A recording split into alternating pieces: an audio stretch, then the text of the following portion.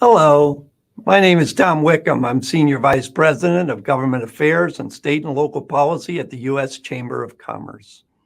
I'm pleased to be joined today by Representative Jimmy Panetta of California's 19th District and Representative Mike Garcia of California's 27th District. Organized retail crime is a nationwide problem, but California has been hit especially hard with news reports of 19 people targeting a Ventura County outlet mall, a criminal in Sacramento caught with over 5,000 gift cards, and a gang in Oakland discovered to have a stockpile of goods worth over $325,000. The U.S. Chamber is working with federal, state, and local leaders to put a stop to these brazen crimes in California and across the country. Congressman, thank you so much for joining me today to discuss this critical issue that communities and our companies are dealing with across the country. But first, I want to ask you both to tell us a little bit about your California congressional districts and your work in Congress. Mr. Panetta, you've got seniority here today, so we'll start with you. Well, thank you. I appreciate that, especially being in the minority. It's nice that I get to go first. Thank you. I appreciate this opportunity, and thanks for that brief introduction. It's always good to be on camera and do something with Mike Garcia. And thanks to the U.S. Chamber of Commerce. Appreciate this opportunity, not only have this discussion, but talk about something that's kind of affecting literally not just my district, but all of our communities in California. As you heard, I represent the 19th Congressional District, and the 19th Congressional District is sort of a, I don't know, how would you say, a stretched out district in literally along the central coast of California. It stretches from South San Jose down into Santa Cruz County, down to Monterey County, just along the coastline, all the way to Cambria, northern San Luis Obispo County, and then out to the northern San Luis Obispo County border with Kern County. So it kind of looks like a big L, if you ask me. But it's got a lot of good things going on. And I say it in our district, we got a lot of beauty, we got a lot of bounty, we have military bases, and affordable housing. A lack of bedrooms, to be honest with you, is the number one issue. I've been in Congress since 2017. 3 of those terms, I represented the 20th Congressional District. Now in my 4th term, I represent the 19th Congressional District. I'm on the Committee for Ways and Means, which is very, very important for my district. Obviously, having purview over taxes, purview over trade, Social Security, Medicare. It's going to be a good committee to be on next year as well when we address the 2017 TCJA Tax Cuts and Jobs Act expiration coming up here. So we'll be doing a lot of work on that. I'm also on the Armed Services Committee, and I'm on the Budget Committee. So, with those, it's obviously they've been great for my district. But I think one of the reasons why I'm proud to be on this show with Mike Garcia is that it demonstrates, I believe, his and my ability to work together and to come together. I'm not just saying that. It's demonstrated by the fact that if there's a recent survey about those members who are bipartisan done by the Lugar Commission, which is a public policy as part of Georgia. I'm number 13 out of the 435 members in bipartisanship rating. And so I pride myself on being able to work with anybody who will get stuff done for the 19th Congressional District. I do that on my committees. I do that on my caucuses. And I hope to be able to do that with Mike Garcia and some of the bills that we work on, especially when it comes to organized retail theft. Representative Garcia, tell us a little bit about your district. First of all, thanks, Tom, for having this, and Jimmy Panetta for joining us as well. He is one of the folks who I look across the aisle, and as a veteran, we have an inherent trust of each other and looking out for the security of the country. And that to me is what this is all about. It's about security. It's not about Republicans versus Democrats. And this very focused topic of neighborhood security and retail theft at our local malls and stores is very important. So thanks for hosting this. I don't think I'm 14th, but I think I'm in the top 3rd as far as bipartisanship. So we're trying as much as we can here. But I come from North LA County, so a very metropolitan area, but my district is actually the northern edge of the county and primarily made up of suburbs, Santa Clarita Valley, the Antelope Valley, Acton, Agua Dulce, parts of San Fernando Valley, So I was born and raised in the district, and have seen a lot of changes. Most of them are good, and in this case, unfortunately, with these crime spikes, a little tougher. We were at the center of the defund the police movement back in 2020 when the LA County Sheriff's Department was defunded, the Los Angeles Police Department was defunded. And we also, unfortunately, have a district attorney who's not really filing charges to the extent that he should be for things like grand theft and larceny. So it's a very difficult environment right now for small businesses to operate. We had a 4.5-hour long town hall just a couple of months ago with about 500 people, and I got to tell you, the plurality of the questions were around either nonviolent crime or theft at some of the local retailers, and the small businesses are just getting their lunches eaten right now by this phenomena. So looking forward to this discussion. And most importantly, I think, like what Mr. Panetta said, is we've got to figure out the solutions here. And we can't just complain about the problems. We've got to go to the core, the root cause of some of these policies, and hopefully rectify them at all levels of government. This isn't something that just the federal Congress can fix. This is something that the states and the counties and the cities need to all cooperate with, and 1 + 1 can equal 3 if we all do this correctly. So this is a very important topic to synergize and make sure we're cooperating on. Thanks so much, and thanks for stressing bipartisan solutions. That's what the Common Grounds program is all about. This epidemic of organized retail crime is a top priority here at the U.S. Chamber. The issue is far more sophisticated than simply one-person shoplifting. Rather, is the work of highly complex criminal organizations stealing massive quantities. You both represent districts in California. What are you hearing about retail crime from districts, from business in your district and the state at large? Representative Garcia, I'll let you go first this time. Yeah, like I said at this town hall, literally 4.5 hours. We spent probably 2 hours of that talking about what was going on at the small businesses. You hear about the larger scale, call it larger mall invasions, right? Where these mobs come in and steal with 100 folks, and they know what the laws are. They know what the limits are, right? So Prop 47 made a felony theft charge threshold $950. So a lot of these folks know going in that they're not going to steal anything that adds up to more than $950, because then you start getting other charges piled on and other assets start coming into the investigation. So they know where the limits are. But it is multifaceted. It's not just these sort of flash mobs that are coming into the Topanga Canyon Mall. It's single citizens coming in and stealing on a more frequent basis. That is actually more deleterious to the small businesses, because it's happening every day. It's smaller dollar values, and they're slowly bleeding, by 1,000 paper cuts. From a policy perspective, what the challenge is we talked about the shortage of police officers, especially in LA County. We've talked about the DA not filing charges to the max extent.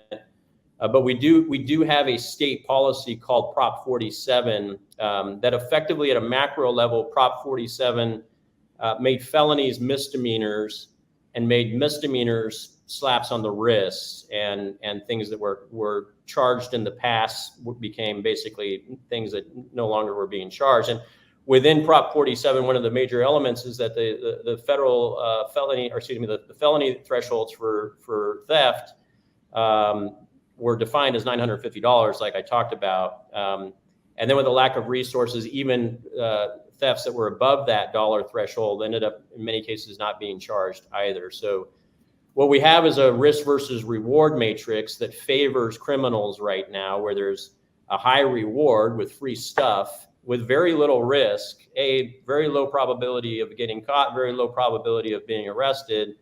And even if you are arrested, very low probability of getting charged. And if you are charged, very low probability of actually serving time. So in California, on the ballot this year, there's an initiative to actually revoke Prop 47 that's actually getting very strong bipartisan support. Even, the Democrats and Republicans realize that one of the root cause issues in California is this Prop 47. So that's something that we're going to continue to focus on. But it's not just the businesses. It's just the average citizen walking down the street, getting something stolen from them. It may be defined as nonviolent, even though there was a knife involved in the robbery. That's the kind of sort of redefinition of felony that has really challenged this process, at least in LA County. Thanks so much, Representative Garcia. Representative Panetta, what is the feedback from businesses in your district? Yeah, no, I think Mike brings up some very spot on and relevant points. Before I got into this gig, I was a prosecutor for close to 20 years, minus a year. I was mobilized, deployed to Afghanistan. And I served as a young baby DA, as they called them, up in Alameda County, which is Oakland, and then kind of sharpened my teeth on going through misdemeanors, prelims, and obviously felonies, and then on the drug team up there in Alameda County. And then I went down to Monterey County, went back home and served on the gang team down there. And I think Mike's got a good point in regards to Prop 47. Look, when we prosecuted cases, we had the ability to ensure that there were penalties for people who continue to commit the same crimes. And so if you went into a store and committed a petty theft, a penal code section violation of PC 484, it'd be a misdemeanor. But if you did that over 3 times, then it became a felony. Now, Mike's right. Prop 47 changed that. And so now people not only can do it and not get penalized, to be honest with you, or a very limited penalty, they can continue to do it over and over and over again without suffering severe consequences. And so Prop 47 was obviously a thought back in the Brown administration, Governor Brown, of the goal of trying to reduce our prison populations. That worked, but to the detriment of what we're seeing now. And so it's understandable that there would be this type of proposition on the ballot because, as we've always seen with crime, it's kind of the pendulum swings back and forth. And we know where it's swinging now. Well, it is swinging there now because of what's happening and what we're seeing, obviously, in our communities throughout California. And to answer your question, Tom, in my district, there are obviously these quote unquote smash and grabs. There's retail theft. You're seeing it not as prevalent, and they're not the ones that are making Fox News or CNN or MSNBC. They're not showing those that come from my county. But the fact is that people are at home in my district and they see that going on. And that is a real concern for them. And it goes back to, I give Mike a lot of credit, that initial point about security, even though they're secure sitting on the beautiful coast of California in the most beautiful congressional district in the nation, the 19th congressional district, in my biased opinion, Mike, you know that. You probably feel the same way about yours. But they're comfortable. But they see what's going on TV. They see what's going on in other parts of California, and they get disturbed, and that makes them feel uncomfortable. And so, look, I agree that the penalties are part of it.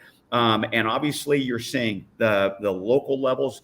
Mike's right when it comes to DAs that are willing to prosecute that. We're seeing an issue in my old office in Alameda County where the DA is being recalled because of her light stance on crimes, and not just low-level crimes, unfortunately, very violent crimes as well. And so I think it's understandable that she's being recalled. But also, we're seeing at like I said, the county level, the state level with this issue on Prop 47, but where can the federal level? What can we do in the federal government? And so that's why we basically came up with the Organized Retail Crime Act that is a bipartisan bill that really focuses on the communication between all levels of government. Because obviously, crimes like this, for the most part, are a local crime. But when they start getting into the organized level, that means the federal government and the feds should get involved. But even before then, there needs to be communication and coordination to track and investigate and predict and to build the evidence so that you can prosecute these crimes, be it in local court, but also be it in federal court. Well, thanks so much, Congressman. We have heard a lot about Prop 47, not just in this discussion, but as we visit with businesses throughout California. You've also spoke about coordination on this multi-faceted problem. what legislative proposals have you seen out there that you think are most effective in achieving our shared goal of combating this crime that affects us all? Representative Panetta, you can have first shot this time. Yeah, sure. As I mentioned, there's a bill right now, very bipartisan bill, and it's with Young Kim, a Republican representative from the Los Angeles, Orange County area, in which I'm a co-lead of that bill. And it basically coordinates. It basically says that if you're a federal agency that's sort of got these federal powers, be it the Postal Service, from DHS or the DOJ, you got to make sure you're coordinating with the local entities so that we can kind of come together and track this organized crime. Because, it's right. Yes, sure, you got these, groups coming in and doing these smash and grabs, but they also, these organized retail crime rings are very sophisticated, and they realize it's not just about massive groups going in, it's about individuals going into these stores because they know they can't get penalized, or even worse yet, as we've seen on TV, they won't get stopped coming out of the store.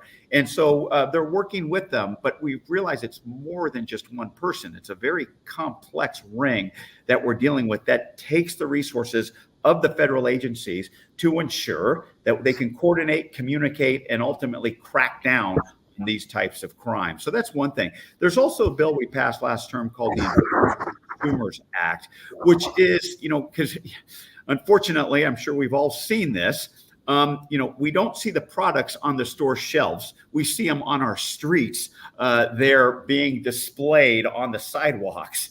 And so it's basically, we got to make sure that we can identify where those products come from. And so the Informed Consumers Act basically helps verify these types of products, be it on the street or online, especially when they're being sold online.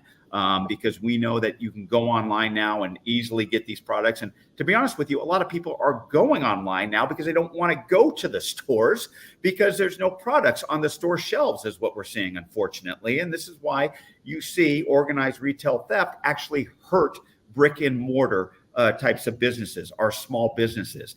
This type of bill, the Informed Consumers Act, actually allows a way to verify the products that they're selling online to ensure that they're legitimate products from legitimate retailers. So these are a couple of the bills that we came up at the federal level. Like I said, the Inform Act got passed. That's actually in law.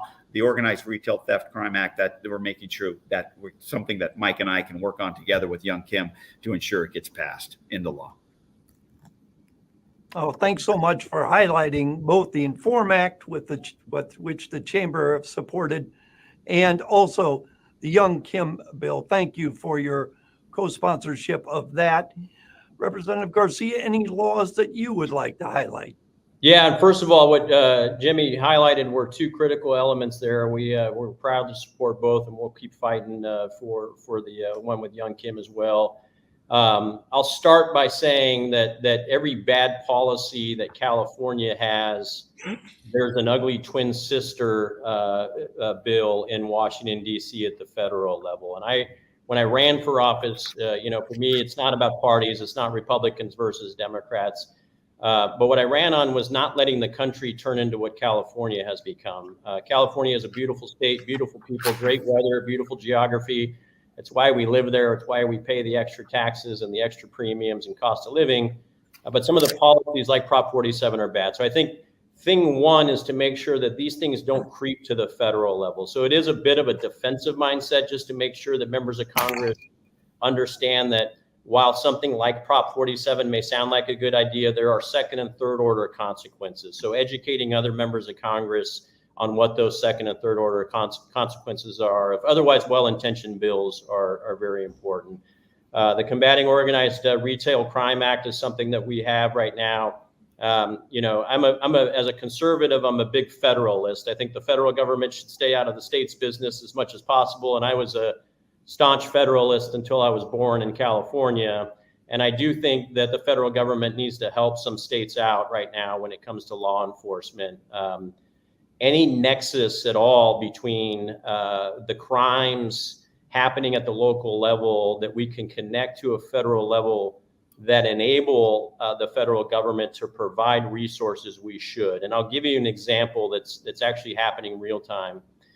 Because of our district attorney, Gascon and LA County, we've had a lot of fentanyl deaths, fentanyl poisonings by these drug dealers who know that they have fentanyl at poisonous levels, and they still sell it to kids who ultimately are poisoned and die because of it. But they're not being charged for murder. But we are able to tap into federal Department of Justice and FBI resources and bring federal felony charges in those cases. That is the same thing that needs to happen when it comes to retail theft.